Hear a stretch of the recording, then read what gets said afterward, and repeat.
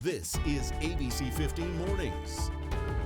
How can we say that our schools can reopen when, as a community, we're having to close businesses and we're going in the wrong direction? 39 days until Arizona kids are scheduled to be back in the classroom. The superintendent, though, isn't so sure that that is going to happen. Is today the day the governor gives his opinion? And cases are climbing and hospitals are struggling per capita. Arizona has had more new coronavirus cases over the last week than any country in the world. Right now, hundreds are lining up to get themselves and their families tested for COVID-19. And with that, we want to say hello and welcome and good morning to everyone on your Thursday morning. I'm Mark Thompson, social distancing from home. Yes, and I'm Allison Rodriguez. Kaylee and Nick are off today. It is a good thing we are indoors right now because these temperatures are just getting downright toasty. It's going to be sizzling hot. We want to bring in meteorologist Iris Hermosillo, who has a check of that most accurate, like I said, sizzling, scorching forecast. Yeah, this weekend is likely going to be the hottest weekend that we have felt so far this year, possibly the hottest weekend of the summer. And we already have excessive heat warnings in anticipation of the dangerous heat that's heading our way. Those areas that you see highlighted in that bright pink, including the Phoenix area, under that excessive heat warning starting tomorrow morning through Monday. And then those heat alerts stretch into southern and most of western Arizona by Saturday, as this weekend will get even hotter all across Arizona. Now, this morning, we're off to a fairly warm start still. We're at 90 degrees at Phoenix Sky Harbor. Mostly clear conditions, a few thin high clouds starting to drift in from the south, but we will stay dry and mostly sunny as we go through the day today. Many spots in the 80s, but I'm not seeing many 70s here this morning. So a warm start to what's going to be a hot day, 110 for a high today. But believe it or not, today is going to be the cooler day of the next 5 to 7 days. We'll talk about how much higher the temperature goes this weekend and which days could be record-setting in just a bit. Okay, Iris, we'll see you then. This month, 1 in every 4 coronavirus tests are coming back positive in Arizona. That is according to Johns Hopkins University. And this morning, positive cases across the state are expected to go over 110,000. The death toll could reach 2,000. We just checked, and ICU beds in Arizona are at 90% capacity right now. And some of the country's top doctors are saying that Arizona is the worst state right now in terms of the virus. The medical director for the Maricopa County Health Department says the crisis began when the state reopened. People didn't wear masks, they did not social distance, and they didn't take the situation serious enough. And because of that, more people now need to be tested. Our Jamie Warren is live for us right now at South Mountain Community College, where a 12-hour testing blitz just began a couple of minutes ago. Jamie, people have been lined up out there for hours. Yeah, Allison, I spoke with one woman who was actually second in line. She told me that she had been out here since 12:30 this morning just to make sure that she could be tested. And of course, a lot of folks out here, they saw what happened at this event last week. The lines were so incredibly long just because of the demand, and they wanted to make sure that they wouldn't be turned away. So we have Alan Powell. He's the founder of the Arizona Foundation, the organization putting on this event here today. What are you guys doing differently this time around to make sure that people aren't turned away? What we actually doing, we doubled down on our stations and registration. We actually have 4 stations for testing, and we also have 4 stations for registration. And we extended the hours from 6 to 6, and we're actually doubling on our tests. Last week we gave approximately 1,000 tests a day. We're going to try to approximately give 2,000 tests a day now to work with the demand. Have you also had to increase staff and resources? Yes, we have. More staff, more technicians.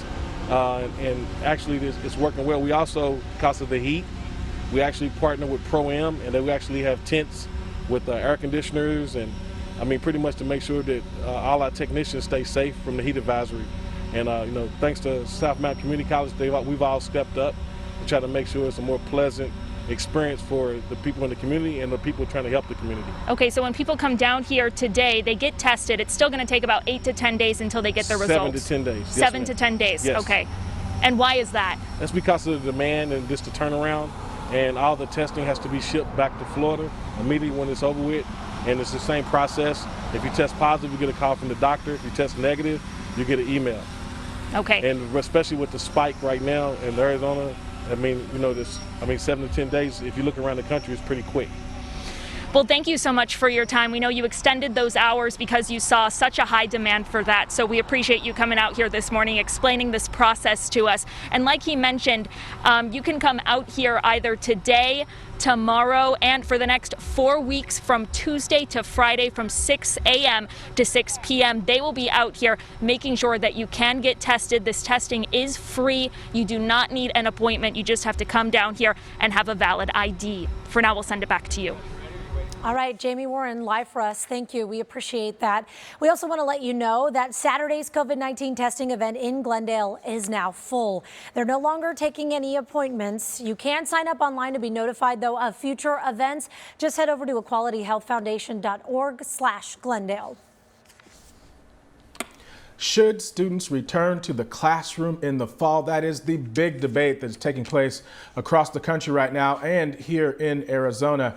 And we are expected to hear from Governor Doug Ducey today as he weighs in. And the school year, of course, just a few weeks away. ABC 15's John Genovese, he's on top of this story for us this morning. And John, I know a lot of people, they're looking for guidance either from the CDC or some of our state leaders as well.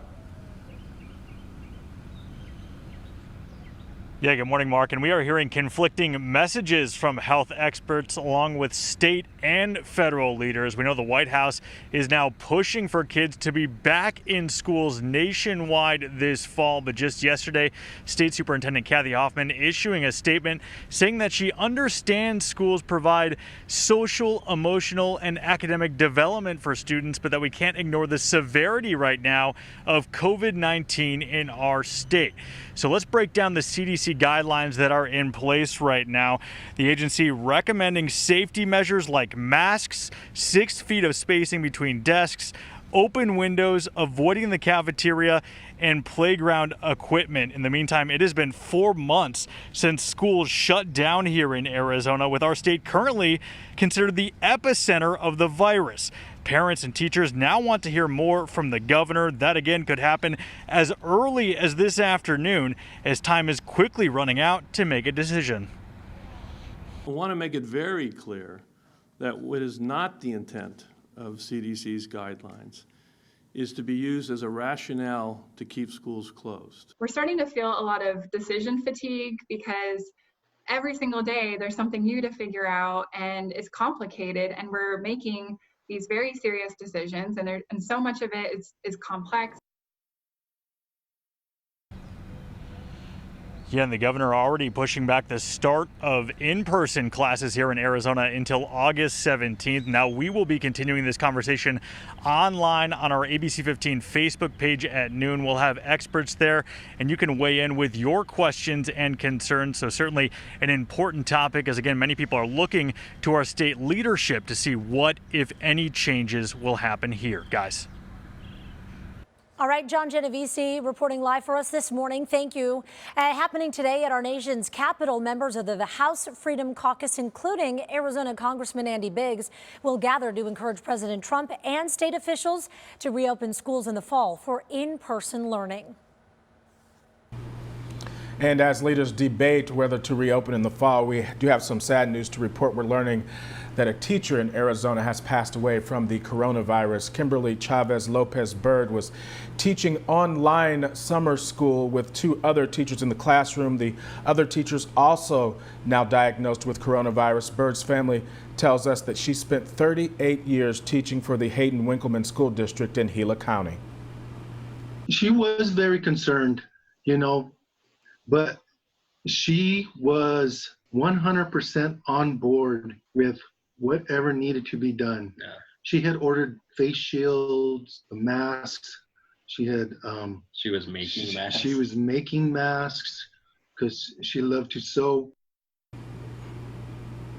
Her family says that she was hospitalized last month and then passed away 2 weeks later. The other teachers have since recovered, but leave this message with the public. I know school has to happen. I ask for the public to please have that confidence and support educators and know that we have the kids best interest at heart. And number one has to be their health. All right, switching gears a bit here now. DPS is now releasing more information in the fatal shooting of Dion Johnson.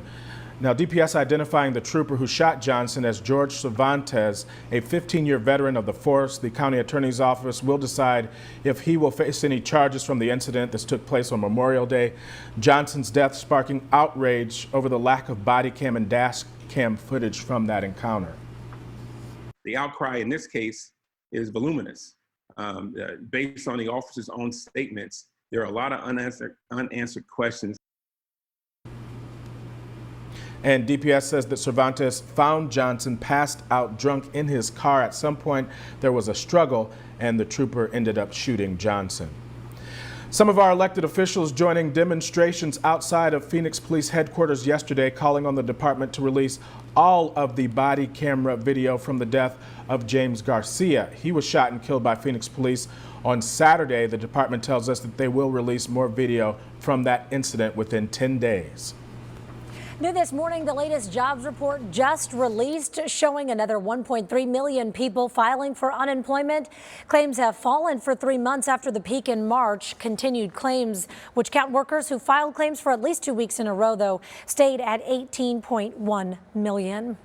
Well, still ahead here on ABC 15 Mornings, getting your personal information and then stealing your identity. The FBI with a warning for anyone planning to get those antibody tests.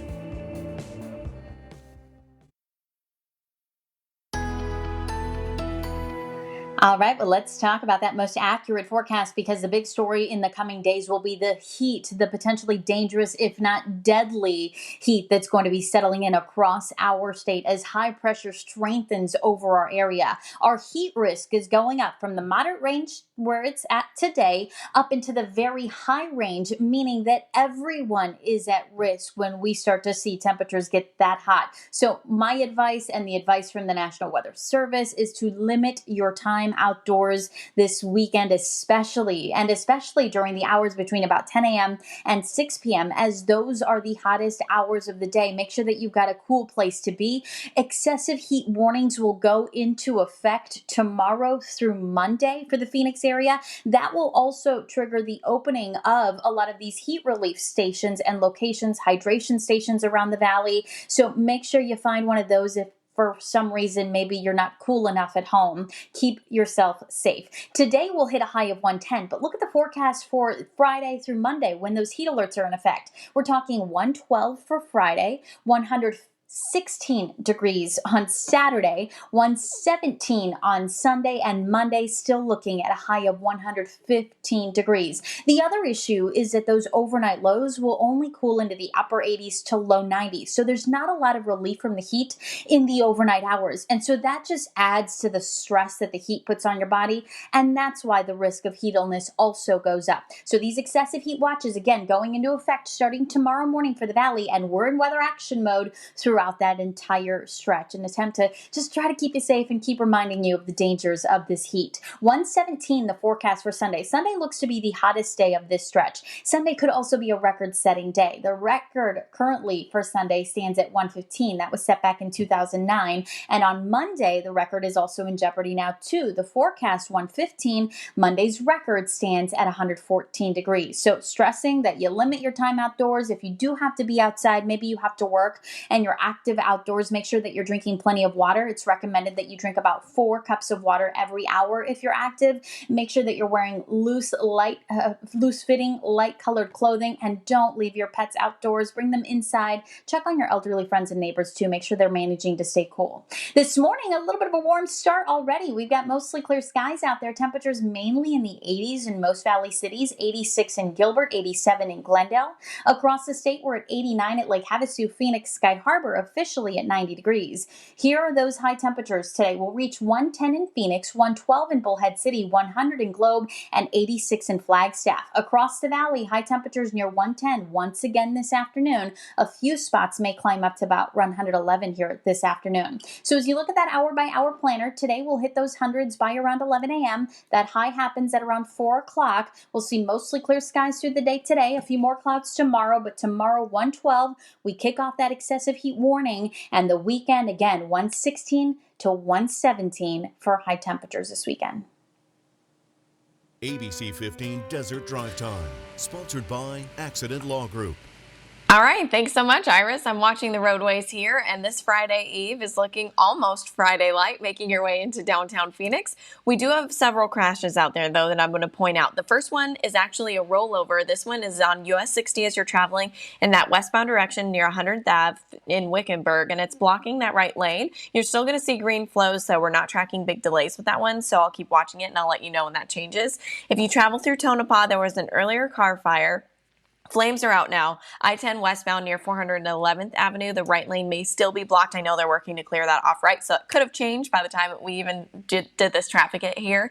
I-17 southbound Anthem Way, small wreck in the clearing stages. If you travel south of there, though, at Pinnacle Peak, the off-ramp is going to be closed just for construction, and it's going to last until tomorrow morning. If you travel in downtown Phoenix, School is going to be closed eastbound and westbound for this deadly crash involving a pedestrian between 3rd Avenue and Central Avenue. So if you need to get by, Osborne or Camelback will be your best go-tos. East Valley, all your freeways are green.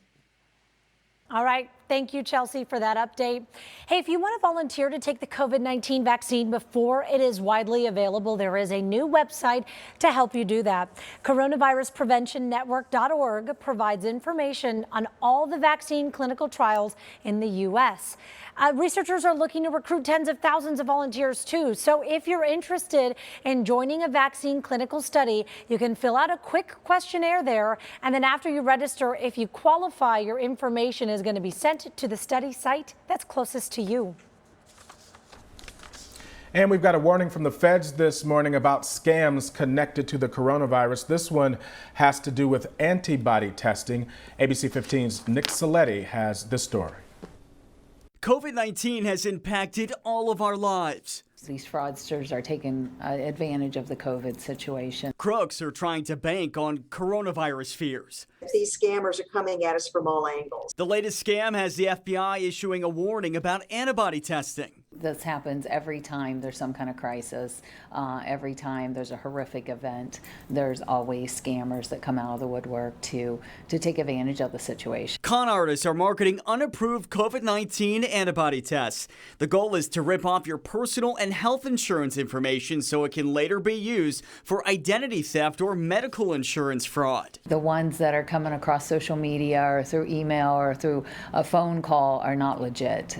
Those are most probably a scam, and so they're wanting to, they might not ask you for money at that time, but you may end up being a victim of identity theft. The Better Business Bureau is dealing with PPE scams, phony grant scams, and job scams connected to the pandemic. Make no quick decisions. You want to be very aware that these scam artists are out there and they're trying to get to us from all angles. And just make an informed decision. The FBI recommends checking the FDA's website for an updated list of approved antibody tests and companies. Consult your doctor. Use a lab approved by your health insurance company. Only share your personal health information with a trusted medical professional. Check your medical bills and explanation of benefits from your insurance company carefully, and follow recommendations from the CDC. That was Nick Saletti reporting, and if you think you have been the victim of a COVID-19 fraud scam, you can either contact the FBI or the Center for Disaster Fraud Hotline. Also, right now, so many people, they're relying on food banks for meals, and because of the coronavirus, many of the companies and schools who would normally host food drives, they had to cancel, resulting in food banks being short millions of pounds of food. But this morning, On Semiconductor is hosting a drive-through food drive, and you can just head to their building, which is located on McDowell and 52nd Street. That's from 6:30 to 9:30 this morning, and they're hoping to get enough donations for 50,000 meals. Well, still ahead, you can escape into a world of fashion without ever even leaving your home, too. The Phoenix Art Museum offering some online experiences, and the best part here, they are free. Plus, tired of waiting on action from Congress, Arizonans frustrated with the state's unemployment system, they are taking their calls for help to the state capitol.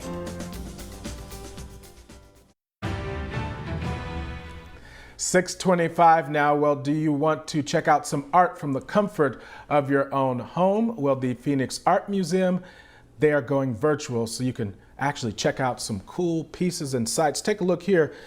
You can take a digital walkthrough of some exhibits like India Fashion's Muse. The museum also announcing some productions people can stream online for free.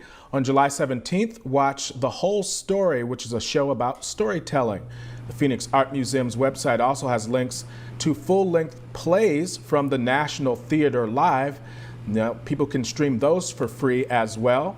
The new show and a new show will be available every Thursday. Pretty cool.